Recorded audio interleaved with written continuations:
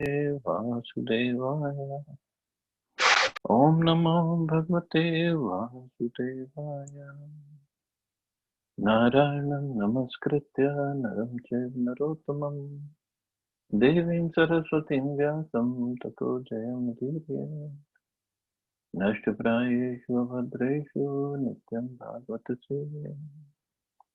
Bhagavati Uttam Shloke Bhaktir Bhavati Nashtiki.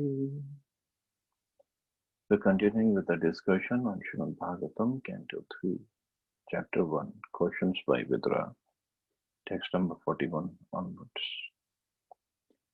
Somyanushoche tam dha patantam bhratre paritaya vidudruheya niryapito yena suhrit svapurya aham swaputran sam anuvratena. O gentle one, I simply lament for he, Dhritarashtra, who rebelled against his brother after death. By him I was driven out of my own house, although I am his sincere well-wisher, because he accepted the line of action adopted by his own sons. Vidura did not ask about the welfare of his elder brother because there was no chance of his well-being, only news of his gliding down to hell. Vidura was a sincere well-wisher for Dhritarashtra, and he had thought about him in the corner of his heart. He lamented that Dhritarashtra could rebel against the sons of his dead brother Pandu, and he could drive him, Vidura, out of his own house on the dictation of his crooked sons. In spite of these actions, Vidura never became an enemy of Dhritarashtra, but continued to be his well-wisher. And at the last stage of Dhritarashtra's life, it was Vidura who proved to be his real friend. Such is the behavior of a Vaishnava like Vidura. He desires all good, even for his enemies. So very important. Vidura here is saying that Dhritarashtra there was no way he could have done anything good. But Vidura was still his well-wisher. Although Dhritarashtra did all the scheming with Duryodhana against Pandavas, and he drove Vidura out of the house also. I mean, if Duryodhana had ordered and Dhritarashtra was a king, if Dhritarashtra could have said, no, he's going to stay, there's no way Duryodhana could have kicked Vidura out.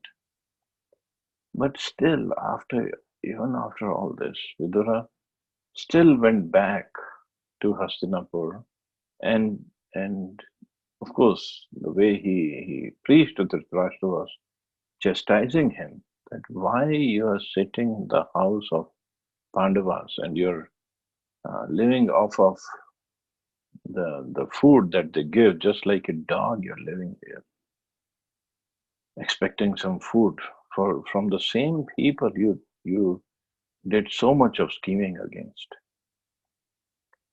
And then Dhritarashtra, he listened to that, and then he left along with Gandhari. He went to the forest, and there he left his body by doing tapasya. So this is the behavior. Prabhupada said such is the behavior of a Vaishnava like Vidura. There are many stages of our advancement. Of course, we cannot imitate a Maha-Vaishnava like Vidura. If somebody does something against us and we think it is unjust, of course, according to the law of karma, everything is just. Nothing can happen against us if it is not in our karmic cycle. But even if we think somebody acted against us in a very unjust way, it's not justified and it wasn't called for. And even if that person is very envious of us. So there's many stages. So one stage is that we forgive him or her, and keep on going on our path. Well, below that stage is we take revenge. But above that stage is we forgive. Above that stage is forgiving and then forgetting about that incident also altogether. Having no any reconciliation of that incident means not keeping it to the heart. And even higher stages, like Prabhupada said about about Vidura, somebody does something against us, we forgive him, we forget about the incident, and we still act as a well-wisher of that person. That's even very high stage, very, very high stage. Because to forgive someone is very difficult. And then forgiving and forgetting the incident, so become pally with that person again, it's even more difficult. How can we even have proper relationship with that person? And on top of it, we act as a well-wisher of that person. Like Vidura, he went back to Hastinapur. He could have just said, "No, I'm not going back. They insulted me. They almost killed me." The order was to leave him alone with his breath and nothing else. Means just beat him up so much. So Vidura could have said that, and he could have been completely justified in his actions. But he didn't. He went a step further. He went back to Hastinapur. He he preached to Dhritarashtra out of compassion, out of love for him, care for him. And then he took Dhritarashtra and Gandhari out of the kingdom and he took them to the forest where they did tapasya, and they both left their body and went back to the spiritual world. That is even higher. We have to see our stage, what stage we are at. But this is the stage that we have to reach, we have to achieve. Becoming a well-wisher, even if the whole world turns against you, but still you become a well-wisher of that person who plotted everything against you. Only a Vaishnava or only a sadhu of very utmost, highest character can do that. Just like we will read later on, Narad Muni. Narad Muni is a spiritual master of the whole universe, actually. And when Daksha cursed him, Narad Muni, well, Daksha had 10,000 sons, and Daksha sent them to do tapasya before they get married. Narad Muni went at that place and he preached to all the 10,000 sons. And he made them renounce everything. And he said, just leave everything and go to the forest, do your bhakti. Why you want to get involved with the family life and kingdom, this and that? So they all got so convinced, motivated, inspired by Narad Muni's preaching. They left. The news came to Daksha. Along with the news came Narad Muni. Narad Muni could have gone to any other place, but he went back to the same place where Daksha was. Daksha, out of respect, out of hesitation, he didn't say anything to Narad. Then Daksha had 1,000 sons.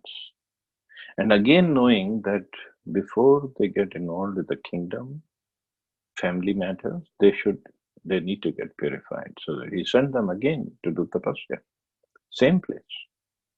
Narad Muni went to them also, and he told them, look, what your elder brothers did, you should do the same thing. Follow their footsteps. And those 1,000 sons, again, they did the same thing. They left. And Narad Muni went back to Daksha to tell him, this is what happened. Why? Because Narad Muni was compassionate towards Daksha. He wanted to show to him what the real life is all about. But Daksha was, I have to do my service This is my service to Brahmaji, my father, that I have to have progeny who would be the right progeny to take care of the universe. And then Daksha cursed Narad Muni that you won't be able to stay at a place for more than few moments. You keep on traveling around. Because more you stay at a place, more you're going to preach, and more you're going to make people renounce their lives. And then Daksha he said, okay, whenever I have sons, there's a problem. They go for tapasya, and Narad Muni is going to preach to them. So let me have daughters. No tapasya for them. No going to the forest. That kind of tapasya. Tapasya is for everybody, but everybody has a different kind of tapasya to perform. So he had daughters then. But this was the purpose of Narad Muni. Same thing, Haridas Thakur, although he was beaten up in 22 marketplaces, he went back to the same village where this Qazi had issued the orders. And then Qazi fell down at his lotus feet and begged for forgiveness. Because Haridas Thakur wanted to give this opportunity to the Qazi. Same thing about Vidura. I know it's very difficult to forgive somebody. It's extremely difficult, especially when the plotting is done against you and you haven't done anything, or at least apparently in this lifetime you haven't done anything. It's very difficult to forgive somebody, and on top of that, forgive and then forget about the whole incident. It's even more difficult. This is our human tendency, but this is not the divine tendency. Divine tendency is to forgive. Divine tendency is to tolerate.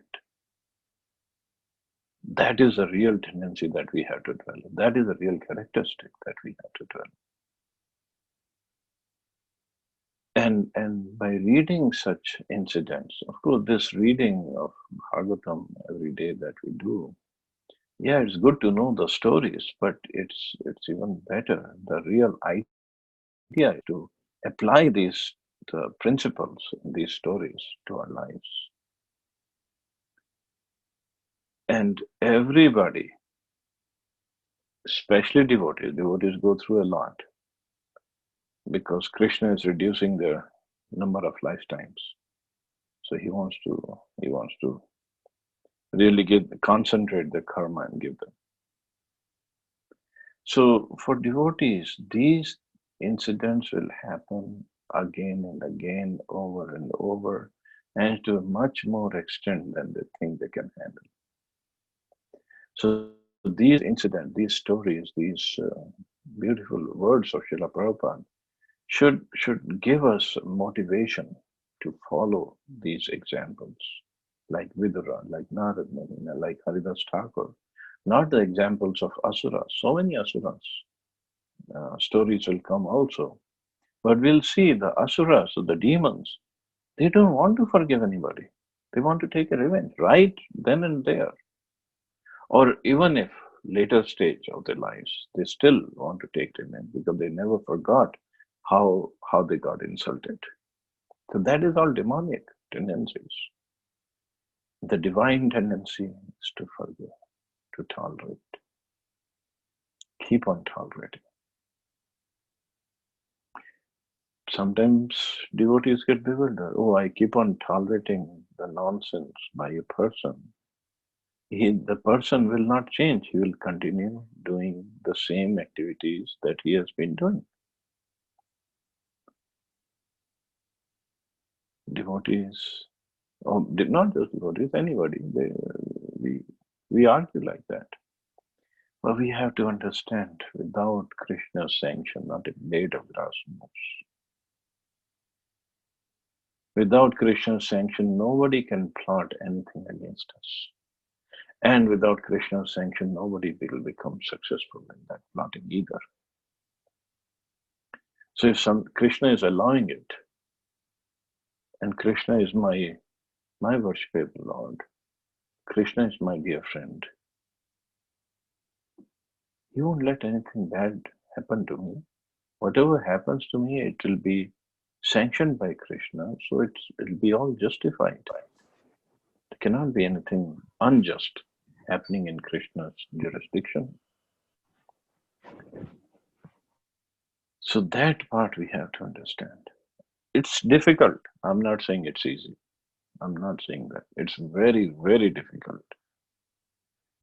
Especially many times, so things will come things will go bad to such an extent that you people have thought of committing suicide because, like Arjuna says in second chapter of Bhagavad Gita, for a person who's honored, dishonor is worse than death.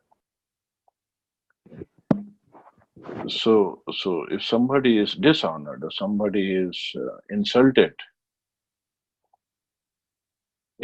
to him it feels like that committing suicide is a better option than living in this body and facing the same insult or dishonor or bad reputation. But we have to understand it's Krishna's plan behind everything, especially in the life of a devotee. It's everything is orchestrated, everything is controlled by Krishna. So having full faith in Krishna, having full faith in the words of Srila Prabhupada, we continue with our life. We continue with our devotional life. We continue with our other services. Now everybody's level will be different. So if we cannot forget, at least let us try to forget others. If we cannot forget, so we can avoid that person, because the same incident will, and the slideshow will again appear in our mind whenever we see that person. So we can at least try to avoid that person. But it's better than to take revenge. Because taking revenge means we are again binding ourselves in the karmic cycle. So why? Just get out of that karmic cycle. And just like I recently posted this video on our WhatsApp group, if you're not forgiving somebody for doing something against us, in fact we are hurting ourselves more than that person. So what's the point? Keeping negative thoughts, negative feelings about somebody, it's it's like holding on to a hot coal before throwing it at somebody to hurt him. So when we hold on to anything bad, anything hot, first it's going to hurt us before it's going to hurt anybody else. And maybe it won't hurt the other person to the same extent that it will hurt us. And it will hurt us for a long time. And the negative feelings will not let the positivity that we are looking for come inside our heart. So forgiveness is very, very important. Very important quality. It's a divine quality. It's there in our soul. The soul is full of all these divine qualities.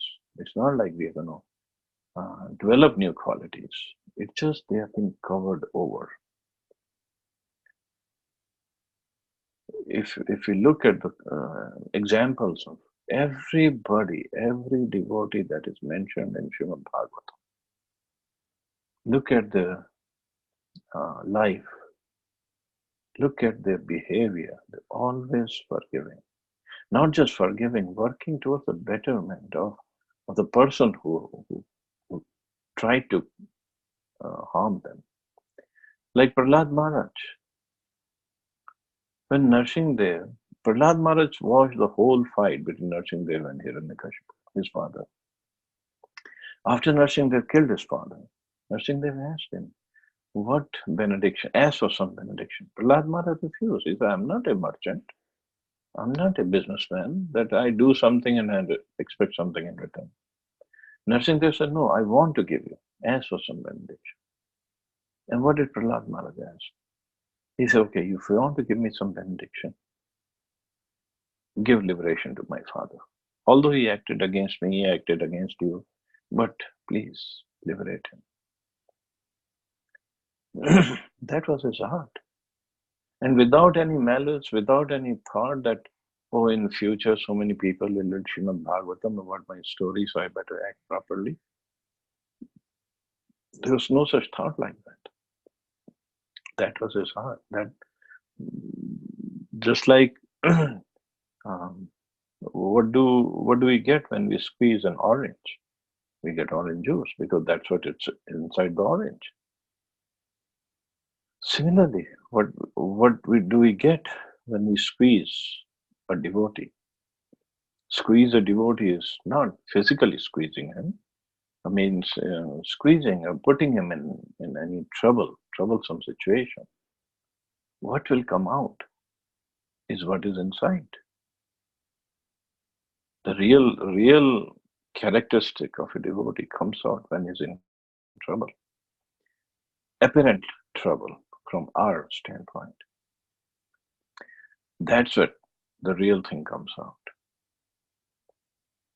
And that shows the characteristic of a devotee. It's not like how good a dhoti kurta he is wearing, or how good a gopi dress she is wearing, or how good is tilak and how best is the kantimala and how good he chants.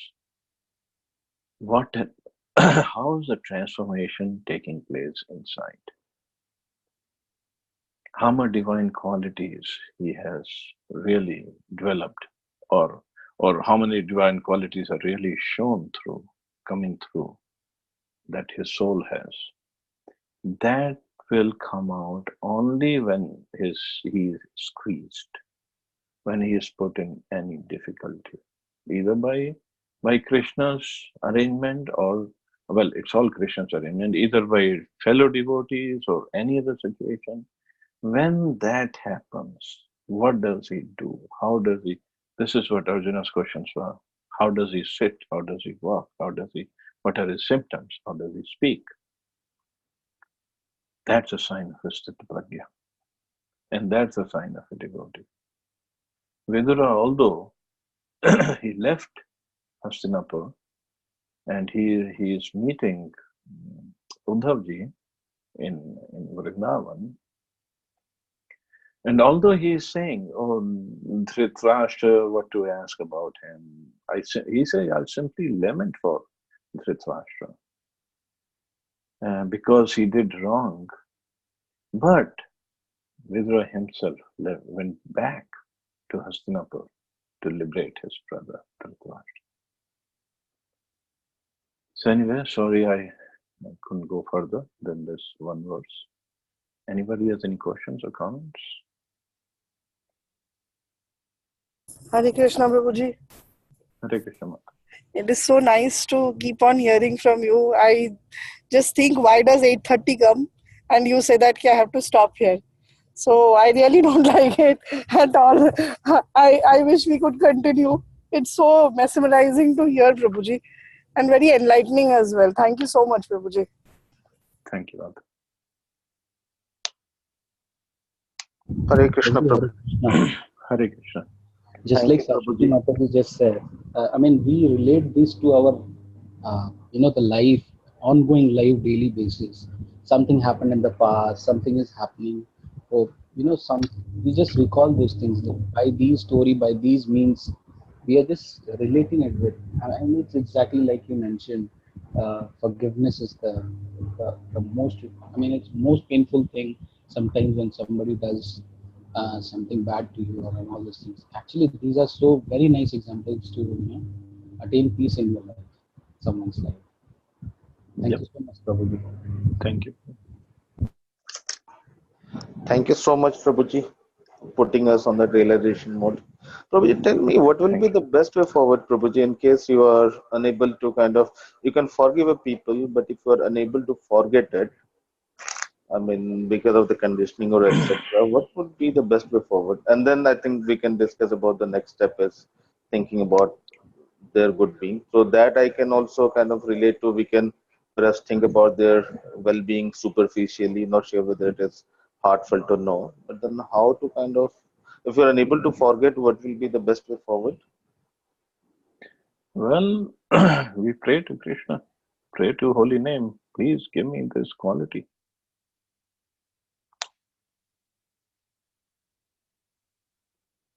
We cannot imitate Vidurji. We cannot imitate Prahlad Maharaj. But at the same time, we have to have those qualities fully shining through, which are the qualities of the soul.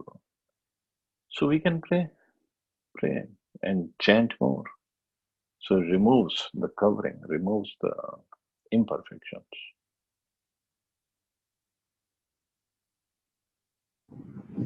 Thank you so much, Prabhuji. And Prabhuji, what Thank you. happens if the same person kind of comes face to face again, that awkward moment of truth?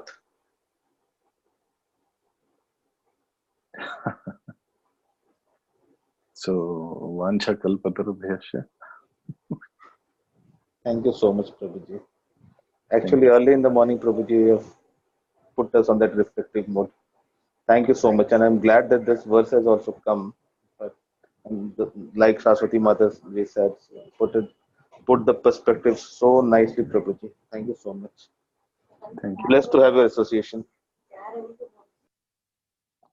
Thank you, brother. Hare Krishna, Prabhuji. Hare Krishna, brother. Thank you. I have one question. What's that, Radha Prabhu? I said I have one question. Yes, sir. Before that, one comment also. So whatever you spoke today, it looks like Krishna was speaking. It was not a single word was something like you are speaking from your mind. I felt that Krishna is speaking through you. It is very, very difficult to forgive and somebody, but unless we get a chance to punish that person, so we will not know whether we have really forgiven him or her. So that situation when it comes, whether we are having that quality or not, like when you have the power to punish someone, and that time you resist punishing that person, then we can say yes, I have really forgiven him. Otherwise, how to find out whether we have really forgiven that person? Forgetting that and again bringing that person back to your and coming back to a friendly level with that person might be a very advanced stage, as you said. But for even understanding whether we are in the first stage of forgiving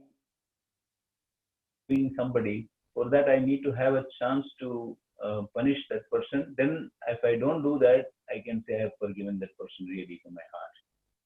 So sometimes we don't get the chance. We think that we have forgiven that person, let that person go away. But sometime later, when we get a chance to talk about that person negatively or something with somebody else, if we do it, that means we have not forgiven him, right? Yeah, but that chance is not like we get physically maybe hurt him or her. It could be by our words or could be by Right. email. So that chance everybody Yes. has. So it Yes. is that moment we have to see ourselves. Right.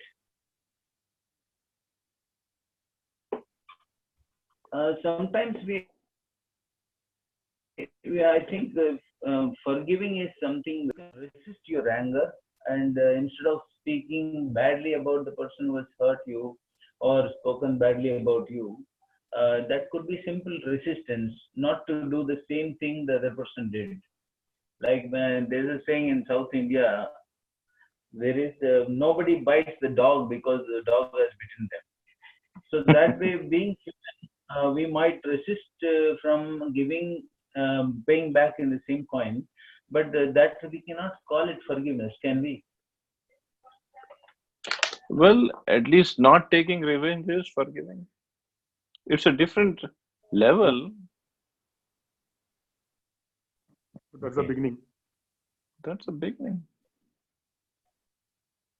Yeah. Thank you, Prabhu. Another question I have: if somebody has offended you, humiliated you, insulted you, we can talk about this topic. But if somebody offends the Vaishnavas, especially with an intention to hurt you, because they know that you will not get hurt by saying bad things about yourself, so they know that where to hit you so that you will feel bad. So somebody is talking derogatory things about your guru and the Vaishnavas repeatedly, and not just once, just whenever they got a chance. How to handle that for people? We can let them go. We don't have to face them in our life. But should we teach them a lesson or not? Well, for that, isn't it the scripture say there are three options? Either you defeat them by the argument, by powerful words, or you kill them and kill yourselves later on, or third, you leave that place. So if option 2 is definitely not in Right. not in consideration, option 1 is there. But if he cannot, the option 3 is there. And then at the same time, if they are devotees, what's that? The option 1 is also not there, because you look at them, they are very envious of the Vaishnavas. For somebody, they are very envious Okay. of all the Vaishnavas. Okay, so And option if 3 you is try to there. defeat them, they are not going to accept. Okay, that's fine. So Yeah, option so leave 3 them. is there. And then another option is, along with 3 is, pray to Krishna to give them the right consciousness. At least we can do that.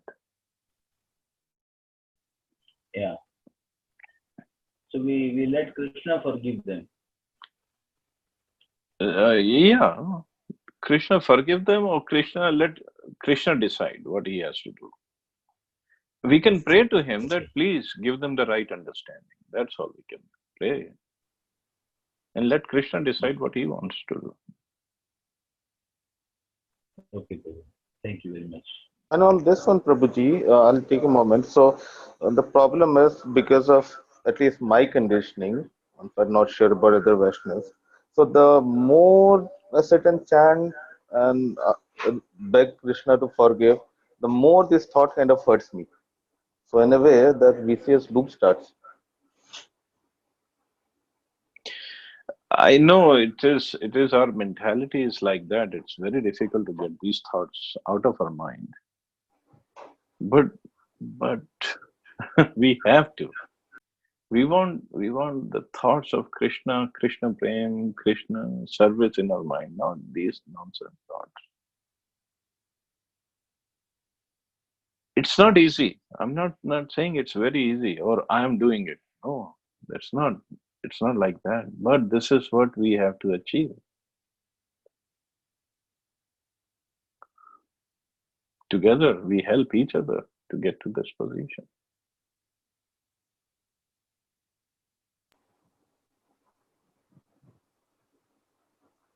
Thank you, Prabhuji. Prabhuji, perhaps I'll text you offline with few of my queries, and whenever you have the time or opportunity, maybe if you can just clarify those for me, so that will Okay. really help me at least chant peacefully, or maybe follow the instruction that you just now gave us.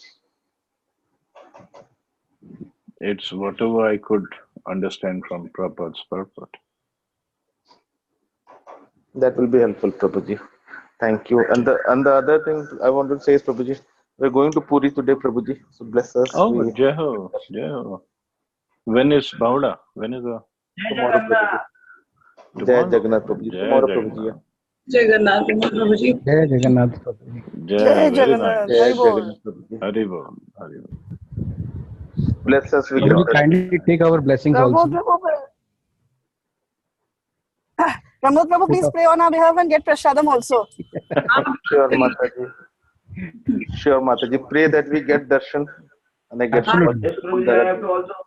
You will get good darshan. And we have to Yeah, get some that's prasad. great. Sure, Prabhuji, for the group. Okay, thank you all very much. You all have a